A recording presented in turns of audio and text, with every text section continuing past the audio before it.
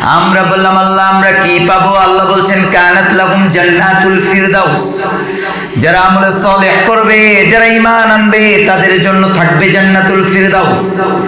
রাসূল বললেন যখন তোমরা আল্লাহর কাছে জান্নাত চাও, যখন জান্নাত চাইবা ছোটটা চাইবা না। তার মানে ইযা সালতুমুল্লাহাল জান্নাতা ফাসআলুহুল ফিরদাউস, যখন জান্নাত চাও ছোটটা চাইবা কেন, বড়টা চাও। তার মানে জান্নাতুল ফিরদাউস চাও।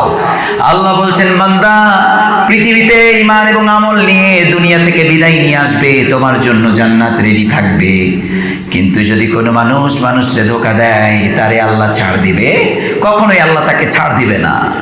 অনেক মানুষকে ভালোবাসার কারণে, ক্ষমা করার কারণে জান্নাতুল ফিরদাউসের সুসংবাদ পেয়েছে। বিশ্বনবীর এক সাহাবীকে রাসূল তিনবার বলেছে জান্নাতি। বিশ্বনবী একবার বসা, সাহাবীরা বসে আছেন সামনে, রাসূল বললেন এই ফাঁকা জায়গা যে পূরণ করবে, এই খালি জায়গাটাতে এসে যে বসবে সে জান্নাতি। বিশ্বনবী যখনই বললেন, সবাই লক্ষ্য করে দেখলেন একজন আনসার সাহাবী এসে ওই জায়গায় বসে পড়েছে। দ্বিতীয় আরেক অনুষ্ঠানে তিনি এসেছে, তৃতীয়বার রাসূল বলেছে এই ফাঁকা জায়গায় যে বসবে সে জান্নাতি। তিনবার যেই সাহাবীর কথা বলেছে, মাত্র একজন সাহাবী, আনসার সাহাবী।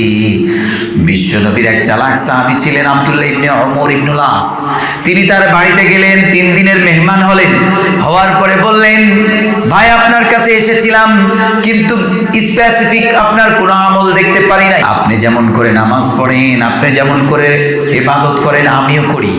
বিশ্বনবীর ওই সাহাবী বলে যখন চলে যায়, বাড়িওয়ালা সাহাবী, জান্নাতি সাহাবী ডেকে বলে, ভাই একটু দাঁড়ান, রাসূল আমাকে জান্নাতি বলার কারণ একটা হতে পারে, আমি যখন রাত্রিবেলা ঘুমাতে যাই, ঘুমানোর সময় প্রতিদিন আমি কোন মানুষটা কষ্ট দিল, কোন মানুষটা আমারে গালি দিয়েছে, কে আমারে ঠকিয়েছে, সব কথা স্মরণ করে তারে আমি বিছানায় ক্ষমা করে দেই।